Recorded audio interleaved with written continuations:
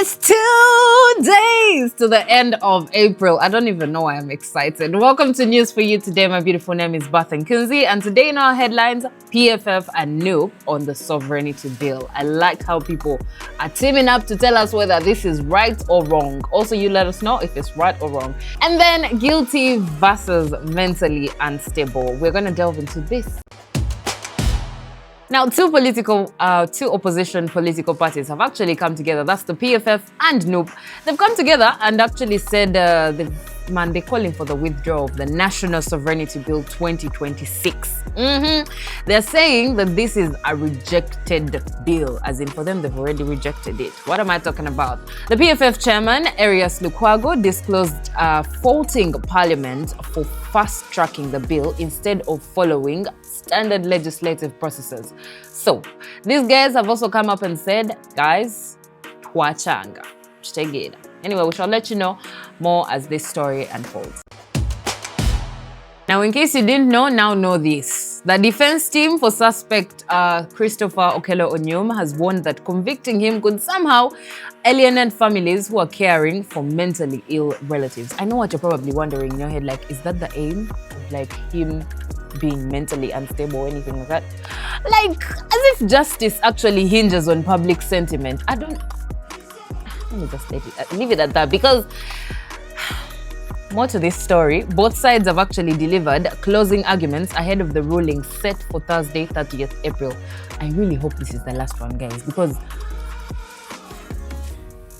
anyway, meanwhile, the prosecution actually is maintaining its case and leaving the court to decide whether legal accountability should really take a backseat to the hypothetical social discomfort.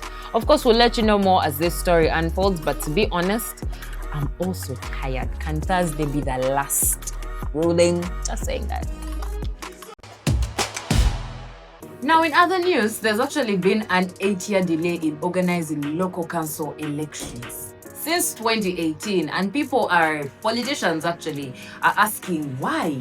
They're demanding an explanation, and they're raising concerns about the legality of continued term extensions. Like, imagine, since 2018, we have one LC1 chairperson. Yeah? Hey.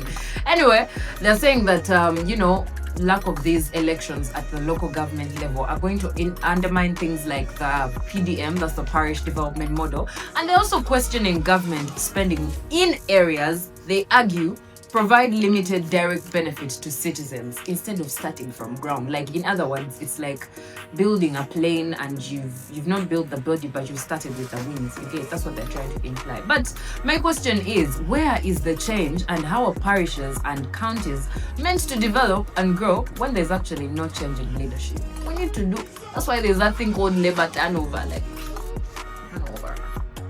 Yeah. Okay, so for this one, my question is, like, guys, what happens when we actually rule by the Bible rules or something like that? Because I think the natural human rules have actually failed us. What am I talking about? Kenya's Court of Appeal has ruled that abortion is not a constitutional right. They're overturning a previous decision that supported access to abortion. But why would you legalize abortion? Like, you're legalizing the possibility that someone could die, or anyway, I won't delve into what is my business. But anyway, the court stated that the Constitution protects the unborn child's right to life, allowing abortion only in limited cases, such as when the mother's life is at risk. The Center for Reproductive Rights criticized the ruling as a setback. Can you imagine? And they've planned to challenge it at the Supreme Court. You people, you guys want to make money out of unborn children. It's just a question. Don't come to me. Honestly, that's a wrap for today. I cannot believe it's the last Tuesday of the month. Again, what are you grateful for? Catch you tomorrow.